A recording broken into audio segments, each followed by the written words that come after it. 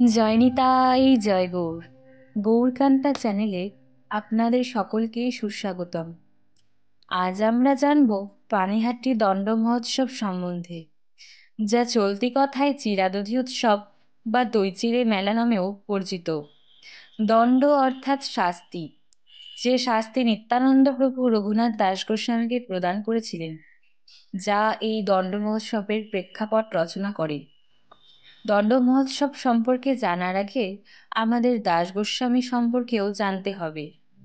আজ থেকে প্রায় 500 বছর পূর্বে আদি সপ্তগ্রামের এক ধনাঢ্য জমিদার গোবর্ধন মজুমদার ও হিরণ্য মজুমদার, যাদের সেকালের বার্ষিক আয় ছিল 12 লক্ষ টাকা, তাদের একমাত্র উত্তরসূরি হলেন রঘুনাথ দাস গোস্বামী, যিনি ছিলেন স্বরগোস্বামীদের মধ্যে অন্যতম প্রধান গোস্বামী।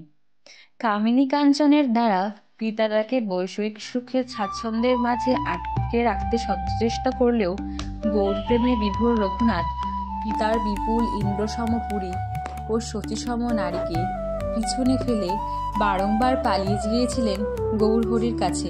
1516 সালে নিত্যানন্দ প্রভু তার পরিকর সহিত পানিহাটিতে আসলে, যা সেকালে পর্ণহট্টগ্রাম নামে পরিচিত, সেখানে রঘুনাথ দাস গোস্বামী তার সাথে দেখা করতে আসলে নিতাইচাঁদ তাকে কৃপাদণ্ড দেন যে তুই হলি চোর। বৈষ্ণব জগতে নিতাইচাঁদ হলেন আশ্রয় তত্ত্ব এবং গৌরহরি হলেন বিষয় তত্ত্ব। নিতাইচাঁদকে আশ্রয় না করে কখনো গৌরহরির প্রেম পাওয়া যায় না, কিন্তু রঘুনাথ দুইবার বিফল চেষ্টা করেও অতীব বিফল হয়েছিলেন। তাই নিতাইচাঁদ বলেছিলেন, তুই হলি চোর, তাই চোর ধরা পড়লে তাকে শাস্তি দেওয়া অত্যন্ত প্রয়োজন, তাই তোমায় দণ্ড দিব আমি। তখন রঘুনাথ বললেন, প্রভু কি দণ্ড, সেই দণ্ডময় শিরোধার্য করব। নিত্যানন্দ বললেন, আজি লাখ পাইয়াছি করিব দণ্ডন, মোর গণে দধিচিরা করাহ ভক্ষণ। এবং এইভাবে এখানে কৃপাদণ্ডের মোড়কে দণ্ড মহোৎসব নিতাইচাঁদ রচনা করেছিলেন।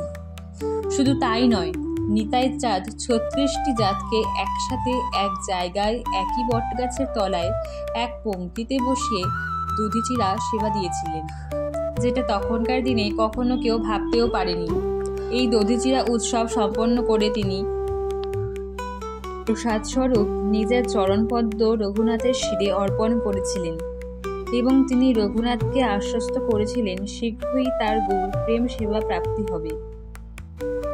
এই ছিল পানিহাটি উৎসবের প্রেক্ষাপট।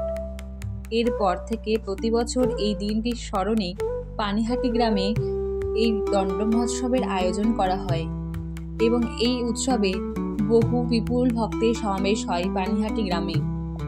আপনারাও সকলেই এই পানিহাটি